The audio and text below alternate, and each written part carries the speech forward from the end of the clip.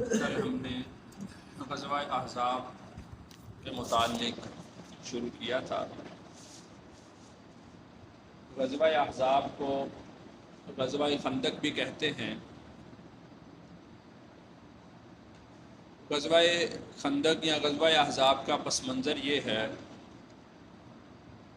کہ مشرکین مکہ کو بدر میں جو چوٹ پڑی تھی اس کا غصہ ان کا کم نہیں ہو رہا تھا، تو انہوں نے اس غصہ کو ختم کرنے کے لیے، کم کرنے کے لیے پھر احد کی لڑائی قائم کی۔ جب احد سے وہ واپس گئے تو ان کی عمومی طور پر رائے یہ تھی کہ ہم نے مسلمانوں سے بدر کا بدلہ لے لیا، لیکن اس کے باوجود وہ یہ سمجھ رہے تھے کہ مسلمانوں کی تعداد، ان کی نفری، ان کا اثر و رسوخ بڑھتا چلا جا رہا ہے۔ مدینہ میں مسلمانوں کی تعداد بھی بڑھ رہی ہے، اور ان کے جتنے بھی تجارتی راستے تھے ان تمام راستوں پر مسلمانوں کا اثر و رسوخ بڑھتا جا رہا ہے۔ تو مشرکین مکہ نے اور یہود نے مل کر سب نے یہ کوشش کی کہ مسلمانوں کو ختم کر دیا جائے۔ یہود کو انہوں نے رسول اللہ صلی اللہ علیہ وسلم نے جلا وطن کیا تھا، ان کی بدعہدی کی وجہ سے ان کو بھی غصہ تھا، تو یہود کا غصہ بھی مل گیا اور دوسری طرف مشرکین کا غصہ بھی مل گیا۔ تو یہود اور مشرک دونوں متحد ہو گئے۔ یہود کی طرف سے جو اس منصوبے کا اصل محرک ہے وہ قبیلہ بنو نذیر کا سردار حوی بن اخطب ہے۔ یہ پہلے رؤسائے مکہ سے ملا اور ان کو مسلمانوں کے خلاف متحد کیا۔ پھر مدینہ کے جنوب مشرق میں غطفان کے جنگجو قبائل آباد تھے، ان سے ملا اور ان کو بھی مسلمانوں کے خلاف کھڑا کرنے میں یہ شخص کامیاب ہو گیا۔ تو اس طریقے سے سن 5 ہجری میں شوال کا مہینہ ہے، سارے کے سارے اتحادی وہ جمع ہو کر وہ مدینہ پر حملہ آور ہونے کے لیے چل پڑے۔ قریش نے اپنے جوانوں اور اپنے حلف برداروں کے ساتھ 4000 نوجوانوں کی نفری فراہم کی تھی۔ قبیلہ بنو غطفان نے 700 جنگجو مسلمانوں کے خلاف پیش کیے تھے۔ بنو مرہ کے 400 سپاہی اور مسعر بن رحیلہ اس کے 400 سپاہی، اور راستے میں بنو اسد اور بنو سلیم تھے، ان کی بھی فوجیں ان کے ساتھ متحد ہو گئی۔ اس طرح مختلف چھوٹے موٹے قبائل بھی ان کے ساتھ ہو گئے تھے۔ روایات میں ان کی تعداد اب مختلف ہے، کم از کم تعداد 10,000 ذکر کی گئی ہے اور زیادہ سے زیادہ تعداد 15,000 ذکر کی گئی ہے، یعنی 10,000 سے لے کر 15,000 تک کے لوگ اس میں شامل ہو گئے۔ اس میں بعض نے 10,000 ہی لکھے ہیں، بعض نے 12,000 لکھے ہیں، بعض نے 15,000 لکھے ہیں، مختلف۔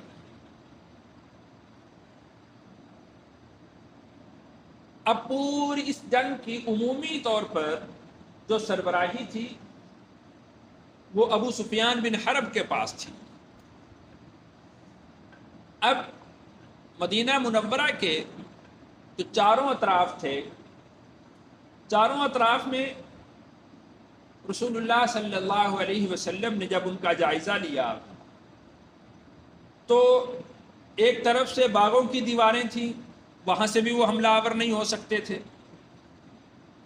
مشرق اور مغرب میں حرہ کے دشوار گزار ٹیلوں کی وجہ سے وہ وہاں سے حملہ آور نہیں ہو سکتے تھے، اور اسی طرح ایک طرف سے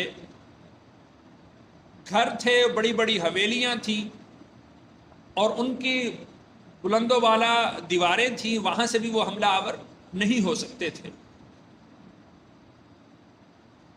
تو شہر کی طرف صرف ایک رستہ بچتا تھا جو تقریباً 6 کلومیٹر پر محیط تھا۔ رسول اللہ صلی اللہ علیہ وسلم کے ساتھ جتنے لوگ تھے، اگر وہ سارے مل جاتے اور وہ وہاں پر کیمپ لگا لیتے، چھاؤنیاں بنا لیتے، تو ان کا راستہ روکا جا سکتا تھا۔ لیکن دشمنوں کی تعداد اتنی زیادہ تھی کہ اگر کہیں سے تھوڑی سی بھی لچک ملتی ہے، تھوڑا سا بھی ان کو کسی جگہ سے راستہ ملتا ہے، تو اس کی وجہ سے بہت بڑا نقصان اٹھانا پڑتا۔ اس وجہ سے رسول اللہ صلی اللہ علیہ وسلم نے سب صحابہ کو، عمومی طور پر آپ علیہ الصلاۃ والسلام کی عادت شریفہ یہ تھی کہ جو کبار صحابہ تھے، بڑے صحابہ تھے، جو معاملہ فہم صحابہ تھے، ان سے مشورہ کیا کرتے تھے۔ لیکن چونکہ اس صورتحال میں مسلمانوں پر ایک بہت بڑی مشقت تھی، اس لیے آپ صلی اللہ علیہ وسلم نے ہر ایک کو اپنی رائے پیش کرنے کا پورا اختیار دیا کہ آپ مشورہ دے سکتے ہیں۔ مختلف صحابہ کی مختلف آراء سامنے آئیں۔ حضرت سلمان فارسی رضی اللہ عنہ، انہوں نے یہ رائے دی تھی غزوہ خندق کی کہ فارس میں اگر اس طرح کی صورتحال پیش آ جائے تو پھر شہر کے گرد خندق کھود دی جاتی ہے تاکہ دشمن اس خندق کو پار کر کے وہ شہر میں داخل نہ ہو سکے۔ رسول اللہ صلی اللہ علیہ وسلم نے ان کے مشورے کو بڑے غور سے سنا، پھر بلا تاخیر اس مشورے پر عمل کیا۔ آپ صلی اللہ علیہ وسلم نے انصار اور مہاجرین کے گھڑ سواروں کو ساتھ لیا،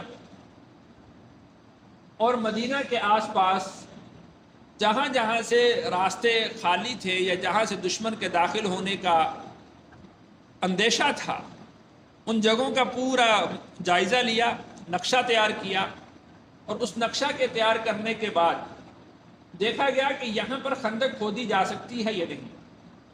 جو پہاڑی کے علاقے تھے جہاں پر خندق نہیں کھودی جا سکتی تھی، وہاں پر آپ صلی اللہ علیہ وسلم نے صحابہ کی مختلف ٹولیوں کو وہاں پر قلعہ بنا کر، یا یوں سمجھ لیں کہ خیمے لگا کر، وہاں پر آپ علیہ الصلوۃ والسلام نے صحابہ کو بٹھایا کہ یہاں سے دشمن حملہ آور ہو سکتا ہے تو یہاں پر آپ ٹھہریں گے۔ اور جو مدینہ کے سامنے کی جگہ تھی، جو 6 کلومیٹر کی حد بنتی ہے، تو وہاں پر خندق کے کھودنے کا نقشہ تیار کیا گیا۔ چونکہ 3000 مسلمانوں کی تعداد تھی اور 6 کلومیٹر کی وہ لمبائی تھی، تو اس طرح آپ صلی اللہ علیہ وسلم نے 20-20 میٹر کا رقبہ 10-10 صحابہ کو منتخب کیا، 10-10 صحابہ کی ٹولیاں بنائیں، اور 20 میٹر ایک راستہ، ایک جگہ جو تھی 20 میٹر کی، وہ ان کو دی گئی۔ اب اس میں جو خندق کھودی گئی وہ 15 فٹ گہری تھی اور 30 فٹ چوڑی تھی۔ یہ خندق کا نقشہ تیار کیا گیا۔ وقت چونکہ بہت کم تھا، اس لیے بلا تاخیر اس پر کام شروع ہو گیا۔ اب اس میں آپ صلی اللہ علیہ وسلم نے اس بات کا خیال رکھا کہ نوجوان بھی ہوں ہر ٹولی میں، بوڑھے بھی ہوں اور بچے بھی ہوں۔ کسی بچے کو، نوجوان کو، جو بھی کام کرنے والا تھا، کسی کو بھی استثناء نہیں دیا گیا، سب کے سب وہاں پر موجود تھے۔ اور چونکہ یہ مشورہ حضرت سلمان فارسی رضی اللہ عنہ نے دیا تھا، تو ہر ایک کی رائے یہ تھی کہ حضرت سلمان فارسی ہماری ٹولی میں شامل۔ اختلاف اتنا بڑا، یعنی ان کی طلب اتنی تھی کہ رسول اللہ صلی اللہ علیہ وسلم نے ارشاد فرمایا کہ سلیمان منا اہل البیت، سلیمان ہم میں سے ہوں گے، کسی کے ساتھ نہیں جائیں گے، اس لیے کہ اگر کسی ایک کو دے دیتے آپ علیہ الصلوۃ والسلام تو پھر باقیوں کا اختلاف ہو جاتا کہ سلیمان ان کو دے دیے ہیں۔ تو آپ علیہ الصلوۃ والسلام نے سلیمان فارسی رضی اللہ عنہ کو اپنے ساتھ رکھ لیا، یہاں تک کہ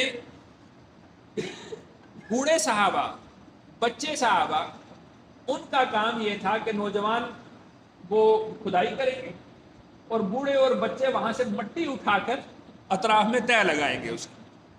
اور اتنی جلدی کام شروع کیا گیا کہ سب لوگوں کے پاس مٹی اٹھانے کی ٹوکریاں بھی نہیں تھیں۔ روایات میں آتا ہے کہ حضرت ابوبکر اور حضرت عمر رضی اللہ عنہما یہ حضرات اپنی جھولیوں میں مٹی کو اٹھا اٹھا کر وہ اطراف میں لگا رہے ہیں، یعنی اس طریقے سے۔ اور اتنا تیزی سے کام شروع کیا گیا کہ رسول اللہ صلی اللہ علیہ وسلم نے ہدایات جاری کی کہ اگر کسی کو کسی تھوڑے سے کام کے لیے بھی نکلنا ہے، مثال کے طور پر قضاء حاجت کے لیے جانا ہے، کھانا کھانے کے لیے جانا ہے، لباس بدلنے کے لیے جانا ہے، کسی بھی کام سے جانا ہے، تو وہ اجازت کے بغیر نہیں جائے گا، وہ اجازت لے کر رسول اللہ صلی اللہ علیہ وسلم سے پھر جائے گا۔